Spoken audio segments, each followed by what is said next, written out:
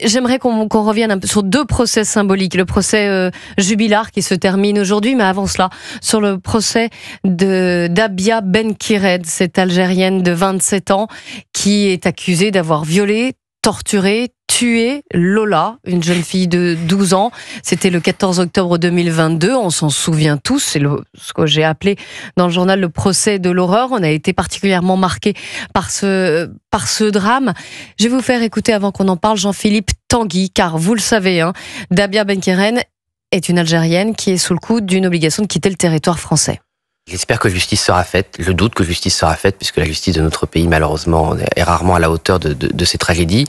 Les Françaises et les Français qui partagent évidemment le chagrin de cette famille se demandent comment il est encore possible qu'autant de personnes qui ne devraient pas être sur notre territoire, y compris des personnes dangereuses, des personnes psychotiques, des potentiels meurtriers et meurtrières, soient pas expulsées, tout simplement. Ça paraît une évidence. Et aujourd'hui, au quotidien, malheureusement, beaucoup de familles ont peur de vivre ces mêmes tragédies parce que la France et le gouvernement, qui n'a pas été censuré, je le regrette encore hier, sur ce sujet aussi, n'est pas capable d'expulser les OQTF dangereux. Et même les dangereux ne sont pas expulsés. Voilà, donc évidemment, nous pensons à sa famille, nous espérons que justice sera rendue.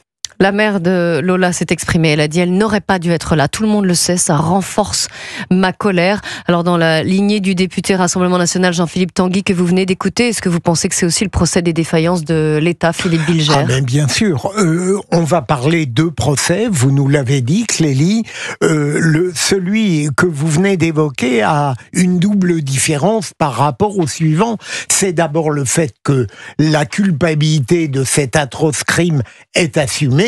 Elle a demandé pardon. Et le second élément, il est plus important.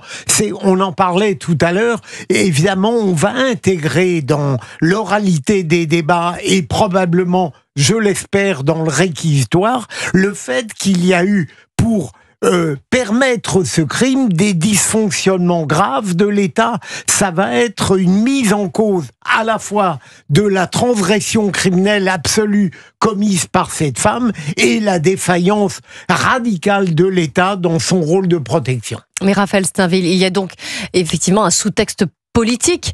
Et là, il va y avoir un jugement, j'allais dire, judiciaire, mais politiquement, qu'est-ce qui va sortir de cette affaire? Qu'est-ce qui peut en sortir? Et c'est pour ça qu'il faut faire la distinction, parce que malheureusement, ce ne sera d'abord que le procès de Dabia.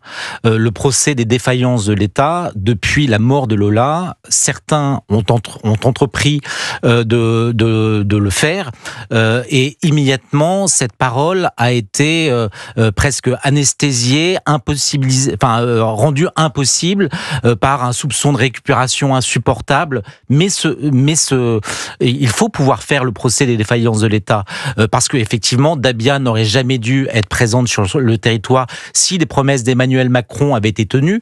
Nous sommes en 2022.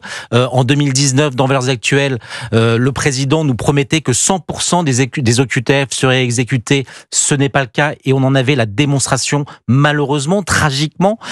Et puis, c'est même plus largement au-delà des OQTF. Je pense qu'on pourrait faire aussi le procès de cette immigration qui passe par les visas étudiants, où finalement un certain nombre d'entre eux ne vont jamais au bout de leurs études, ne sont vous très en peu parlez parce que l'accusé avait bénéficié d'un visa de ce type. Non, mais je contextualise. Avant d'être en situation irrégulière sur notre territoire, elle avait bénéficié d'un visa étudiant. Mais on voit que, comme beaucoup malheureusement, elle n'est pas allée au bout de ses études. Et une fois que ce qui était établi, le fait qu'elle n'avait plus rien à faire sur le territoire, elle n'est pas repartie. Mais ce procès, malheureusement, il aura peut-être lieu dans certains médias, il aura peut-être lieu dans certaines prises de parole de politiques, mais je crains qu'il ne soit occulté ou que tout sera fait pour qu'il soit occulté. Et pourtant, Raphaël, mais maintenant je ne suis plus avocat général, j'ai connu des affaires où il fallait mettre en cause les défaillances de l'État, et si j'étais avocat général dans cette affaire, je ferais les deux, c'est fondamental. Mais ça sera peut-être le cas. Oui, absolument, bien sûr. Vous paraissez en douter. Non, mais je veux dire, ça n'est pas fréquent de la part d'une accusation de porter sur une indignation criminelle forcément une mise en cause de l'État. la magistrature parfois est très prudente. Oui, mais on verra, parce qu'avec les mots de la mère, de la famille, même en général, qui a pointé du doigt les responsabilités de l'État dans ce dossier-là. Civile pourra le faire. Déjà. Oui, exactement. Donc ce sera aussi peut-être le cas. Raphaël Steinville. Elle le fait aujourd'hui, elle le fait depuis quelques mois, mais souvenez-vous, au moment du crime, ce n'est pas elle qui s'exprimait, c'était ses avocats, et ses avocats expliquaient que la récupération politique, c'est-à-dire le procès politique qui était fait à l'État, était impossible. Les parents n'en voulaient pas. En revanche, on le découvre aujourd'hui, en fait, cette colère et le fait que, en fait, dès le début, ils avaient compris le drame qui se jouait dans les renoncements, dans les défaillances de l'État. Ces drames-là et cette responsabilité de l'État, elle a été occultée, balayée dès le départ par les avocats de la famille.